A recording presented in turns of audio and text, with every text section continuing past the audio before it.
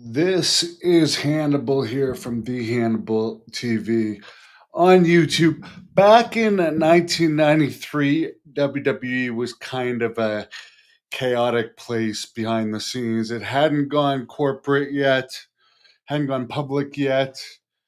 Wrestlers, for the most part, were not under contracts. They were being paid off of houses. Business was not doing good. They were going to a lot of smaller arenas. Some of the tours, the wrestlers weren't even breaking even. So there was a lot of turmoil behind the scenes. There wasn't a lot of huge money being thrown around. And I just wanted to bring some attention to an interesting story that's kind of been confirmed with me from all parties involved, other than Bam Bam Bigelow. I never met Bam Bam Bigelow, but Jacques Rougeau, who was one of my trainers, told me various versions of this. PCO, Carl Willett, Quebecer Pierre, has told me versions of this on and off camera. Jacques has too, off and on camera. Scott Steiner told me a version on camera, and Rick Steiner told me a version. So basically, Dink is a French wrestler named Tiger Jackson. It's a midget wrestler. He had been kicking around the WWE since like the early 80s. He was actually there, apparently on the card for the show where Hogan actually beat Iron Sheik in '84 when Hulkamania started. And then he was actually used as the macho midget in the '90s. For some reason, there was like a lot of mini me type wrestlers in the '90s, and often Tiger Jackson would play that. Most famously, he played Dink. Dink, who after the cool Matt Bourne version of Doink left, there was this guy named Ray Apollo who played a very lame version of Doink, and they gave him Dink, which was Tiger Jackson.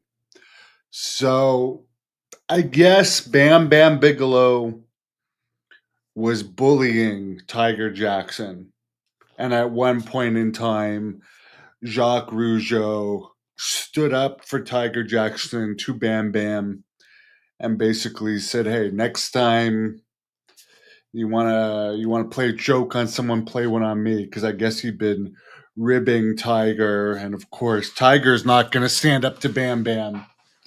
And not only was he smaller in size, but he's like Doink's midget, so it's not like he had a lot of pull on the card. So I guess Jacques stood up to him, and Bigelow didn't do anything. Here's the interesting thing, though. Lanny Poffo also stood up to Bam Bam years before that, and Bam Bam didn't retaliate against Lanny either. So, although Bam Bam did fight MMA unsuccessfully against Chemo in later years, he, if you stood up to him overall, I guess he wouldn't he would back down in the two cases I've heard of him being stood up to. I've never heard of any other time he's been stood up to, but those two cases, and he backed down both times. But anyways, let's get into the more interesting of the Dink stories. And here's something interesting, because I re-listened to this today. In 1993, PCO says this happened in Germany. Now maybe he's wrong and it happened somewhere else in Europe. He said that there was a match between the Steiners and the Quebecers in Europe. Dink was also there, and I guess the Steiners were known for tormenting people behind the scenes in WCW and WWE, more so in WCW. I think they once stripped DDP naked in a battle royal, and I also heard once they stuck a pencil up his ass. I don't know if that's true or not, but they were known for some pretty brutal ribs and roughing up the jobbers a lot. And I actually like the Steiners, but their antics would not get over in today's WWE environment. But it was a totally different thing in the early '90s in both WWE and WCW. Anyways, here's a very interesting story that apparently they were on a European tour, which I believe they're wrong, and it didn't seem to happen in Germany because I don't see any time where the Steiners and Quebecers were on the same Germany card. Although I did ask Scott Steiner about this, and he remembered it happening differently, but he did not deny that it happened. But both Jacques and Pierre told me that this did happen. Apparently, they had duct taped Dink to some pole backstage in an arena overseas. They duct taped him and he's squirming, "Hey, let me out, help, help." Imagine that. Imagine a little midget duct taped to a pole with his little hands. Help, help.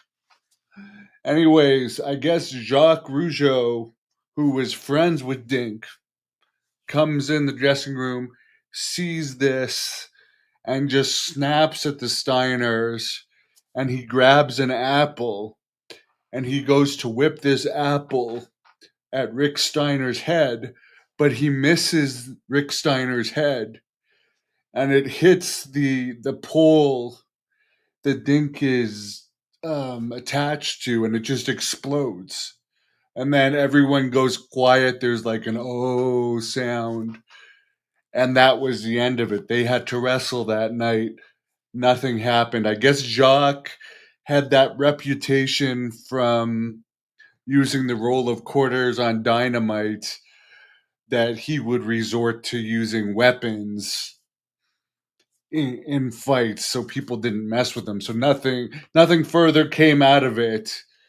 But that's an interesting story that Steiner denied when I asked him about it, that it happened in that way. He said he remembered a food fight, so he didn't particularly admit or deny that that happened. But PCO told me about that long before I ever started doing shoot interviews, and he would have no reason to make up a story like that. So I do believe it happened. But it's just funny to think about the craziness. Like you would never see that going on in today's WWE, tying midgets up to poles and so forth. It just wouldn't happen. But let me know what you guys think of those type of antics. It's a different world today, backstage, for better or worse.